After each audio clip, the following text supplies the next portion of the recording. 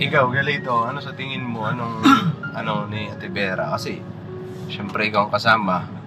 Ikaw ang kung anong nararamdaman ni Ate Vera pag sumusumpong sa kanya yung sakit niya. Ang inaano ko kuya kasi, ilang beses nang nag-ano sa akin na parang namamanid yung kalating katawan niya.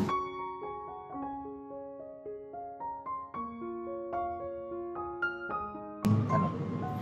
Ang inaalala ko lang din kuya to yun. Yung naka ilang gabi lang. Parang siyang na mild stroke yung kalate niya kasi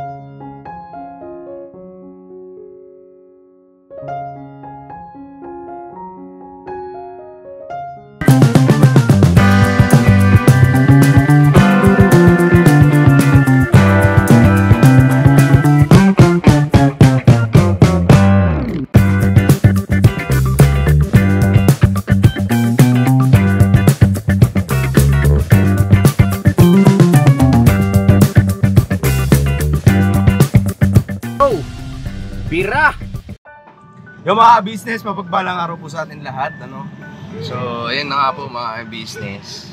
Dahil, yun, punta kami ngayon kay Ate Vera mga business. Dahil, magdadalawang linggo na ba? Higit na. Mahigit 2 linggo na mga business kung mapapansin nyo. Hindi na namin nakakasama si Ate Vera sa mga vlog. Hindi na rin kasi pumupunta sa bahay mga business. Ang huling namin doon mga business yung vlog ngayon. Papanood nyo po mga business dahil may sakit siya. Ngayon sakit niya. Nanginginig daw siya tapos nilalagdat. Nanginginig daw yung kamay niya. Sabi lang sa akin nito nung ano bang araw ngayon? Saturday. Yung Webes ng gabi na nagre-repack kayo. Nanginginig. So, ayan mga business kasi syempre ayun nga pala, si Kuya tsaka si Ate mga business nasa church mga business So yun nga, dahil syempre 2 linggo na mahigit, nag-aalala si Kuya tsaka si Ate. So bibisitahin natin ngayon. Bago naman pumunta sila Kuya sa church tsaka si Ate, nagbilin sa amin na kisuyo na kung pwede vlog muna namin. Syempre para alam nyo rin po mga business kung anong nangyari doon. Ngayon, sabi ni Ate, mga business, na kung halimbawa ganun pa rin yung nararamdaman niya, dalhin na sa ospital, mga business. Kasi nakakabahala rin. Para alam din natin kung ano talaga ang sakit niya. So yun po, mga business, ang kasama namin si Bornok. Tapos po mga business, si Nika. Hello po mga ka-business. Si Ate Mengay. Ano po mga ka-business? Tsaka si Kuya Daryl, ayan, si Kuya Bong, mga business, andyan din. So, yun. Ngayon, kung ganun pa rin talaga ang sitwasyon, nanginginig siya, tapos parang hindi nagbabago yung pakaramdam niya, dalhin natin sa ospital. Mga business. Ayun, pakisamahan niyo po kami. Malapit lang din naman po yung bahay nila.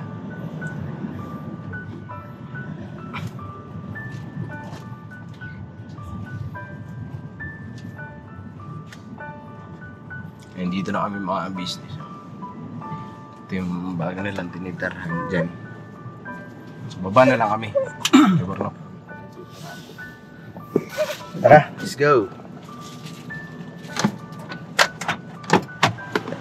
Po. Uy! Hello! Pwede pumasok, Elito? pasok po. Asa si Ate Vera? Okay. Tabers? Musta? Ate, saka na. How are you? Hindi yung mga kapatid mong Emos. Yung dalawa. Ate Vera, kamusta? Are you okay?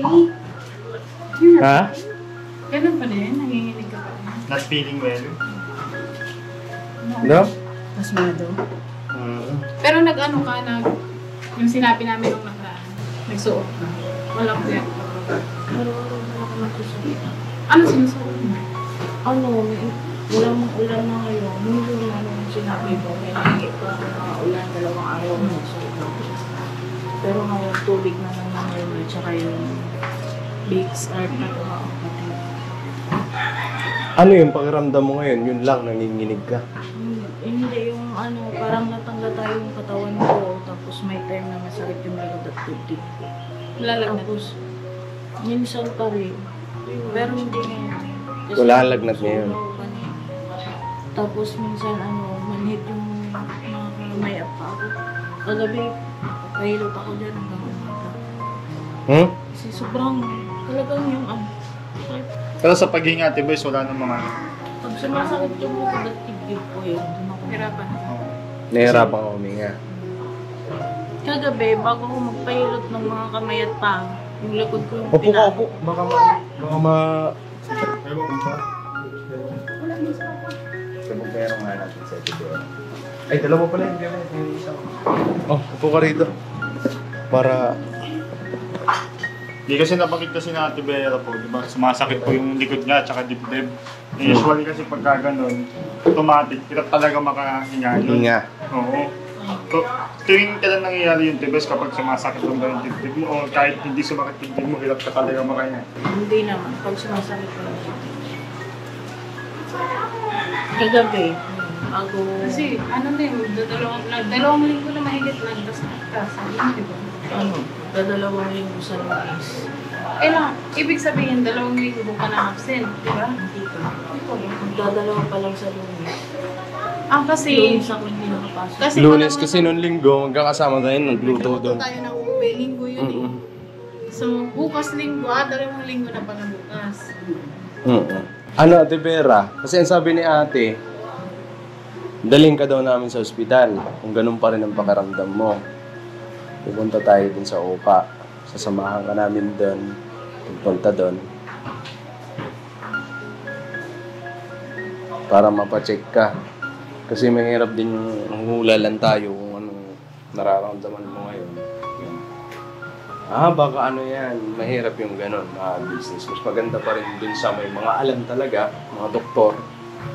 Para kung halimbawa, bigyan man ng reseta na ayon sa nararamdaman mo. Ano? Paminsan-minsan sumasakit ulo mo.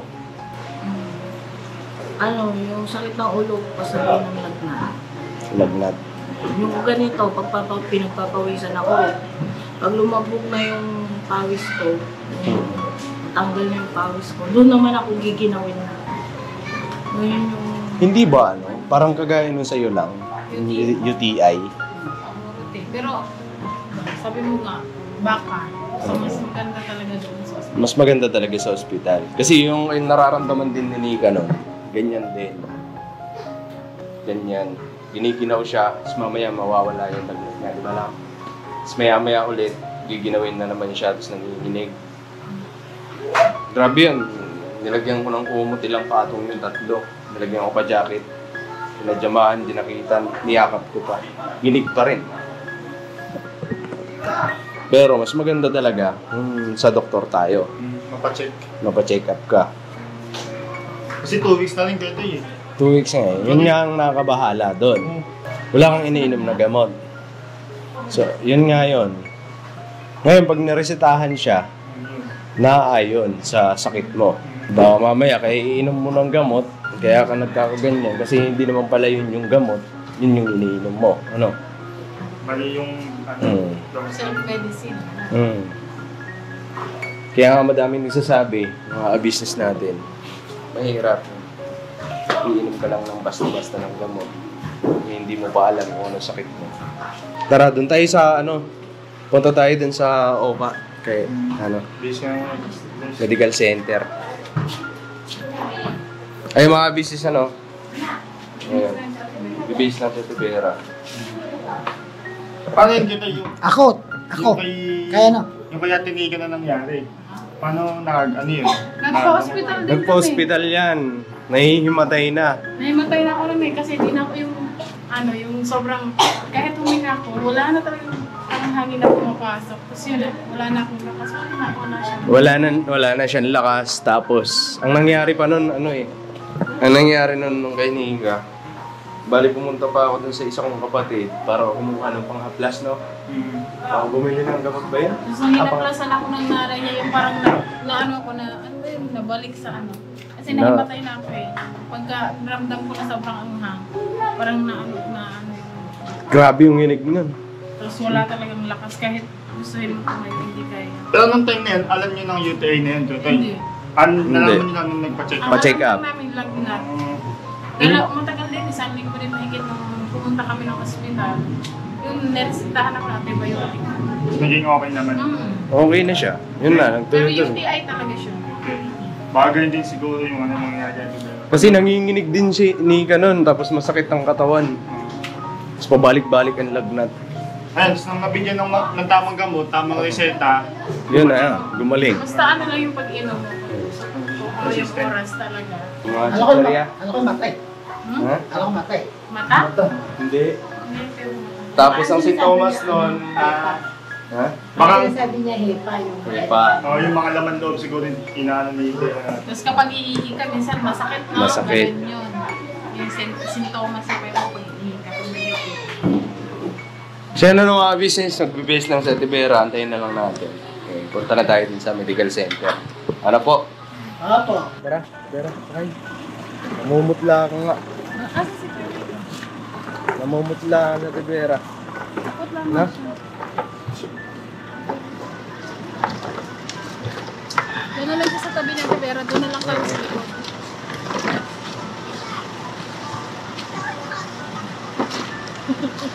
Kaya mo kaya late? Oo.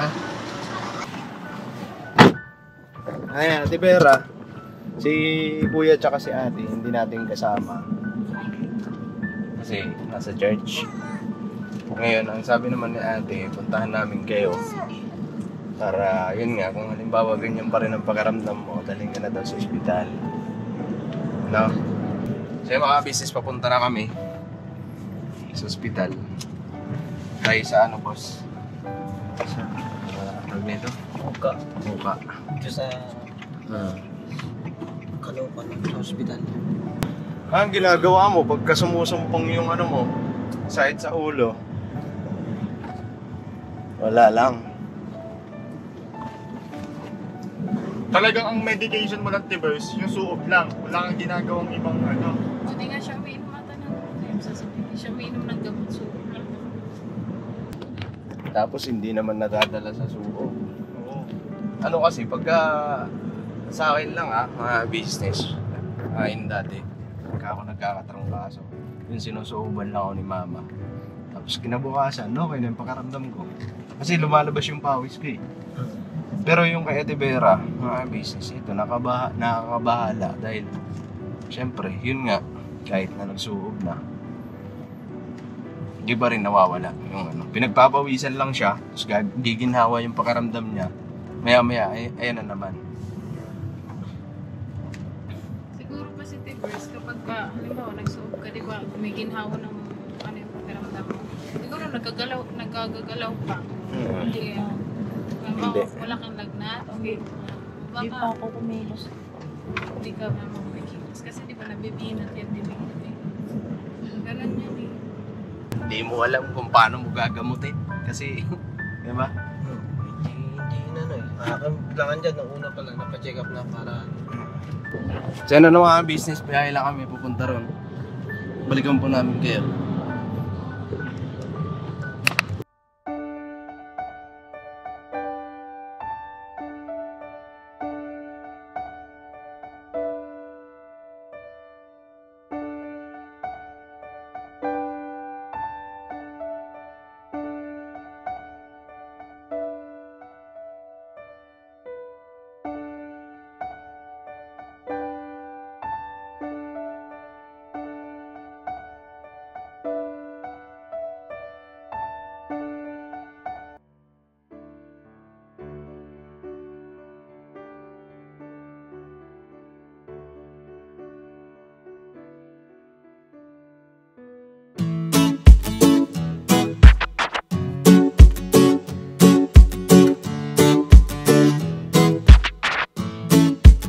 Ito po, meron na tayong t-shirts. Alright. So maraming nag-aabang na ito mga ka-business. Ito na po.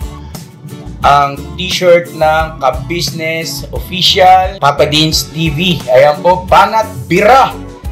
Napakaganda po ng kanyang disenyo, mga ka-business, at ang tela po napakataas ng uri ng kanyang kalidad. Mga ka-business naming minamahal, meron pong available na mga iba't ibang sizes katulad ng XXL, XL, large, at meron ding medium, at syempre sa mga katulad ni Boogie, meron po yan, mga ka-business naming minamahal. Siguradong hindi lamang kayo mag-i-enjoy sa quality ng ating merch, kundi andun pa yung makakatulong kayo sa ating mga kababayan na higit na nangangailangan. Ayan po mga ka-business, ito po yung ating gagamit sa pang-araw-araw na buhay natin sa car and motor na accessories. Oh, wow! Ayan, meron po tayong tire block, meron din po tayong magic gatas mga ka-business, ito po yung pampakintab. At meron din tayong pampabango ng sa helmet, no po. And pwede nyo pong i-check yung ating mga produktong ito sa ating official website, ang kabusinessofficial.com. Lahat po ito ginagamit ng Ka-Business family at yun, karintisadong epektibo mga ka-business. Po, mga ka-business, meron din tayo bagong produkto ngayon. Ito po ang warts removal. Uy! Po, yan. At saka meron din po siyang cream. Effective din po yung mga ka-business, konting patak nyo lang po. Antayin nyo lang siyang matuyo at siguradong warts removal agad. Wow! At meron din po tayo hair grower. Ito po yung pang-patubo ng Buhok. Sa mga nagkakaroon po ng hair loss, try niyo po mga ka-business. Subukan ang ating hair grower. At meron din po tayong panibagong coffee. Ito po ang ating insulin coffee. Para po ito sa mga diabetic na person. Yan. Insulin green coffee with banaba, ampalaya, turmeric, mangosteen, agaricus, mushroom, moringa, lemongrass, green coffee bean, and non-dairy creamer. At meron din po siyang stevia mga ka-business. Super effective din po ito mga ka-business sa mga diabetic po. Pangbawas din po ito sa mga cholesterol. Kaya please po mga ka-business, try nyo po insulin green coffee. Alright, at syempre naman po mga ka-business naming minamahal, huwag nating kalimutan ang vitamin C ng Ka-Business family, Shield C+. Pagka meron ka nito, siguradong protect todo. So right mga ka-business naming minamahal, ano pa inaantay nyo? Please, bumili na kayo ng mga produktong inendorso ng Ka-Business family, hindi lamang para mapanatili ang good health ng buong pamilya, kundi syempre makakatulong pa tayo sa ating mga kababayan na higit na nangangailangan. Alright? Yes po, alright.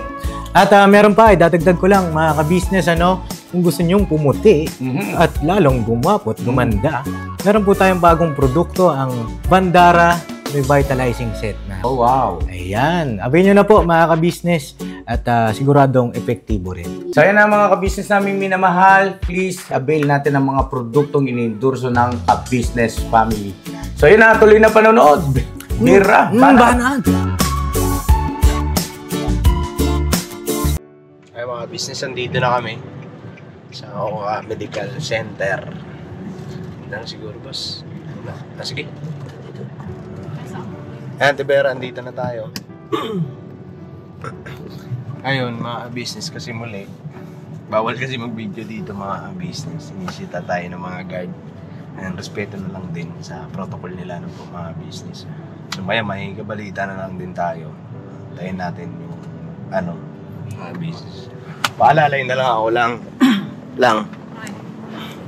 Tapos ikaw na lang mag-update sa mga business natin kung ano. Isa lang pwede pumasok. Mamaya pag-uwi natin, si Kuya dito lang pumatay. Hindi, nakapasok si EJ dyan. Dati nung kay Kuya Franco. Kasama niya isa lang. Oo. Ikaw muna ang ikaw muna ang sumama dun kay Tibera. Mamaya na si Kelito. Okay? So yan Tibera, na lang. Lalayan mo na lang. Tibera.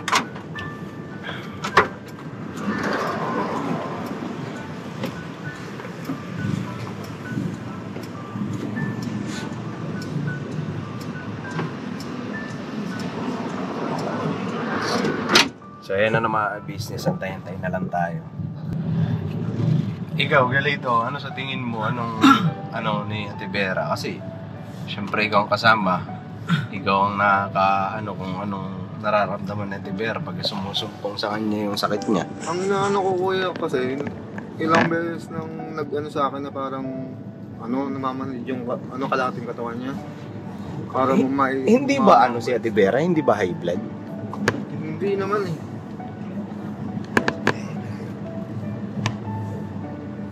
Pero mahilig siya sa soft drinks. Yung Hindi totoo kay Lito. Ako lang ang mahilig lang talaga. Pero umiinom pa rin siya. Hindi, pag nabili ako, uminom siya konti lang. Yung mga junk foods. Yan.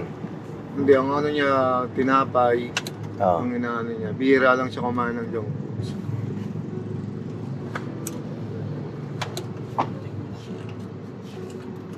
Ang ko lang din pag minsan kasi, parang nahihilig siya sa ulam na maalat, gano'n.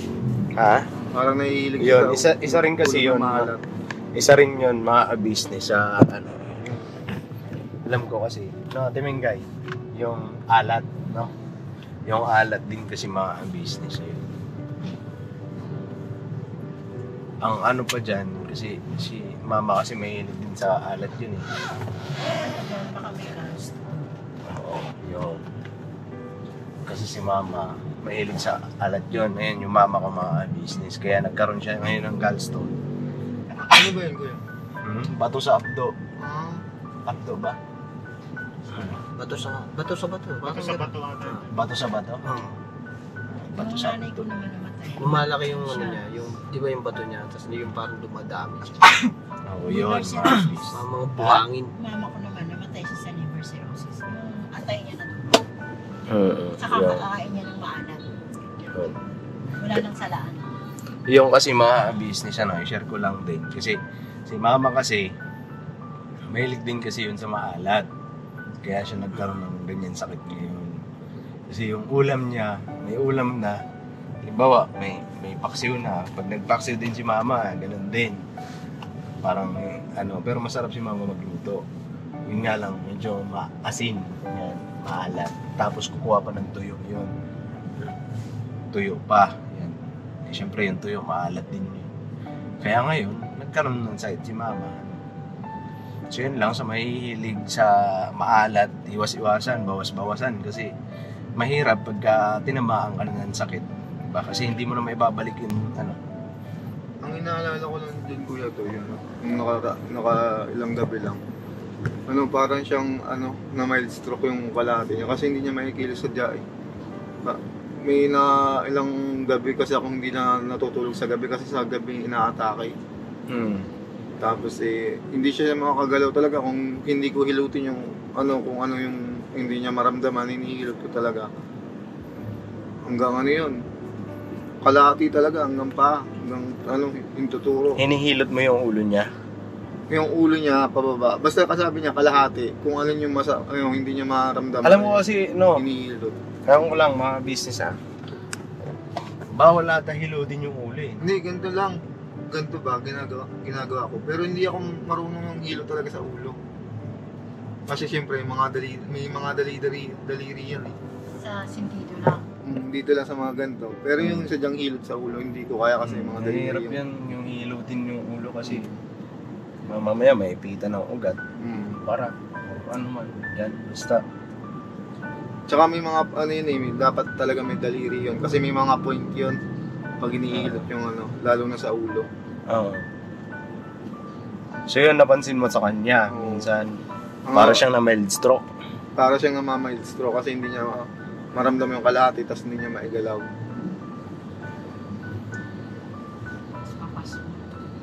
Ha? Pasma, no? Isa rin yun. Ngayon, ang inaano natin, pasma or UTI, yan. Pasma sa kusog. Sa Bisaya, pasma sa lakas.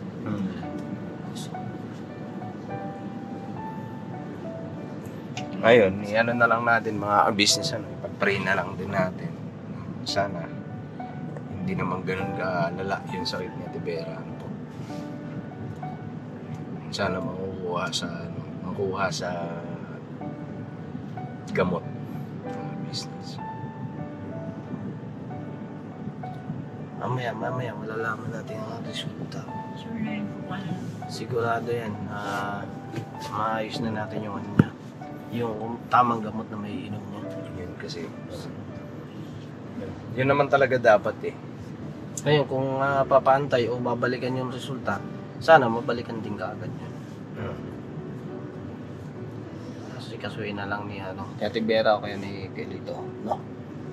Pwede rin makisuyo na May motor naman ang bawat isa. Masasaglit naman namin yun eh. Hindi naman ganun na lang, Gelito ha. Pag halimbawa gusto pa balikan, tapos hindi pa, kumbaga si Ate Vera mag-chat ka sa akin or kanino man sa amin. Kasi pwede naman motorin namin ito papunta rito eh. Para pagkuwalan ng resulta. Kung pwede, na kami ang kumuha. Ngayon, kung Hindi, pwede naman siguro yung kuya, basta may authorization ni Vera. Pwede, sige. So, yun lang, huwag magdadalawang isip. Kasi buhay na kasi ang nakasalalay dyan. Pagka ganyan. Hindi naman yan, nahihiya kasi ako magsabi. Alisin na natin yung hiya-hiya na pagkabuhay ng nakasalalay. Kasi ang totoo niyan, mga business pagka ganyan. Ayaw din kasi ni kuya ng ganyan na parang naiilang ka, magsabi. Tapos may mga nararamdaman na. No? Halimbawa, may nararamdaman ka, tapos di mo na kaya, di ka nagsabi. Ayaw ni kuya ng ganun. Gusto ni kuya magsabi ka para natutulungan ka. Para maagapan. Maagapan. Dapat agapan. So, antay-antay lang tayo mga business. Ando naman na si Nika.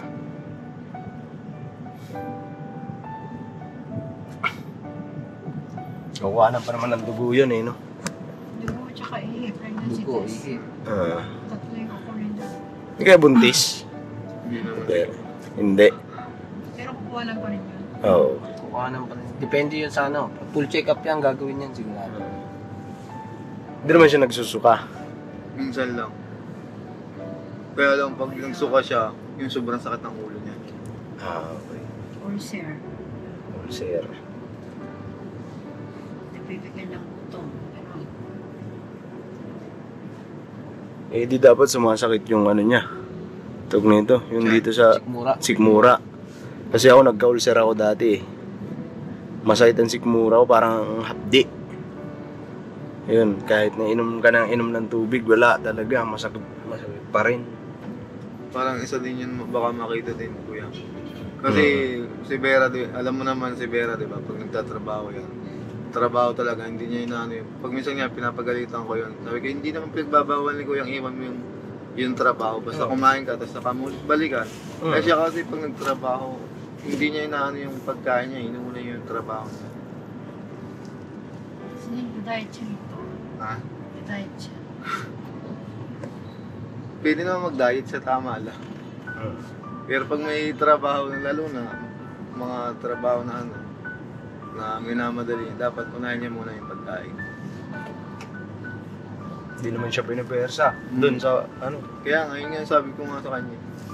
Kaya lang talaga ang niya, ugali niya talaga pag may trabaho, hindi niya itinatapos na. Yan lang tinitigil hanggat tapos. Yan lang ang kay Ate Vera. Kasi pag nagtrabaho, tuloy-tuloy. Baka nagugutom, hindi parang isinasantabi muna yung gutom niya. Tapos hinahabol na kailangan matapos ko to. Pero hindi naman ganun, mga business yung yung kumbaga enjoyin lang, yan. Kumilos ng kumilos, tapos di ba gutom na, tapos gusto pa munang matapos. Hanggang sa nakalipas na, nawala na yung gutom niya. Nawala na yung gutom. Tutuloy niya na yung trabaho. Magkakaroon ka nga talaga ng sakit niyan. Kung siya naman yan. Tapos pag kumain na siya, hindi na makakain ng maayos kasi nalipas na. Wala na, hindi ka nagutom nalipas na Tsaka halimbawa, pag nauwi ng gabi, bihira lang siya nakakakain ng Kasi sabi niya, niyayakag ko, kumain ng konti, tapos mamaya tutulog na. Pero kumakain naman siya sa gabi. Kumakain naman siya. Sabay na nga kami kumain. Oo nga, nakakain naman siya doon. Okay. Tsaka doon naman, wala naman limit ang pagkain to kay ate. Oo. Tumataba na nga ako yun. Dahil ako yung sumasalo ng pagkain niya na. So yun lang mga business, mamaya antayin lang natin si Nika. Tapos kung ano man ang sabihin ng doktor, kung iiwanan ba sila dito or mga business, update namin kayo mamaya mga business. Labas ni Nika. Alright? Sa bawat araw na lumipas, ka-business ay nagagalak. Maraming taong natutulungan, pagpalain ng may kapal. Sa bawat araw nagdaan,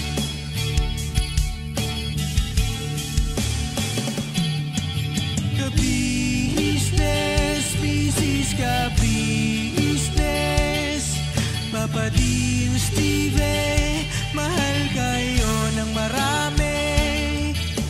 Ang tuwa nila'y walang mapagsidlan. Noong kami niyong natagpuan,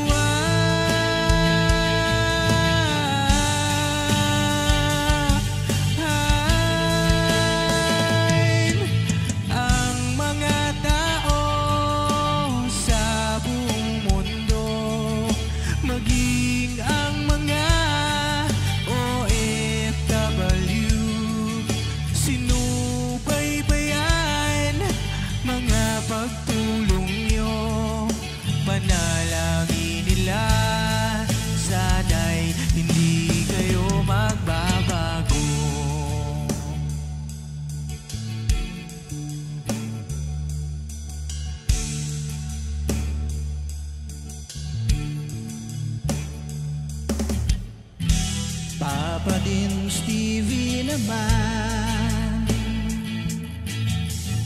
scholarship ay nasimulan sa mga nais mag-aral. Pag-aaral ay pahalagahan upang kayo'y magtagumpay.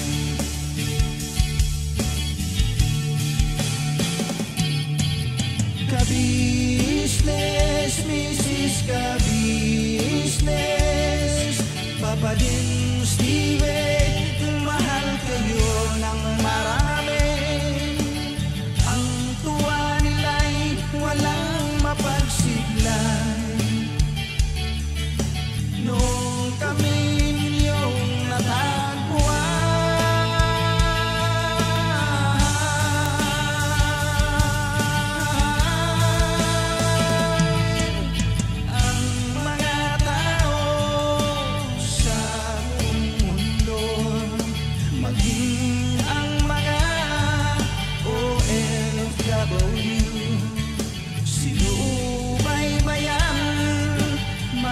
pagtulong nyo, panalangin nila, sana'y hindi kayo magbabago.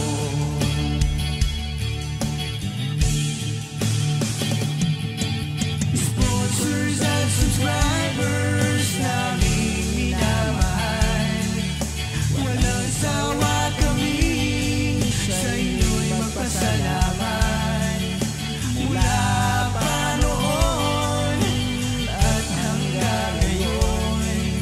walang sawa kayo ay tumulong.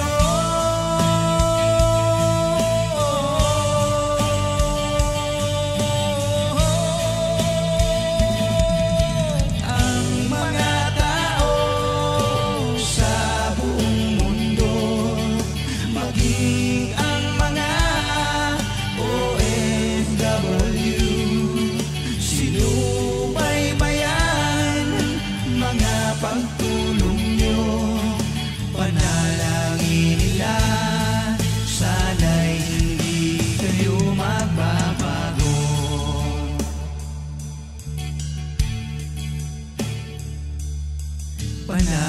Dalangin nila sana'y hindi kayo magbago.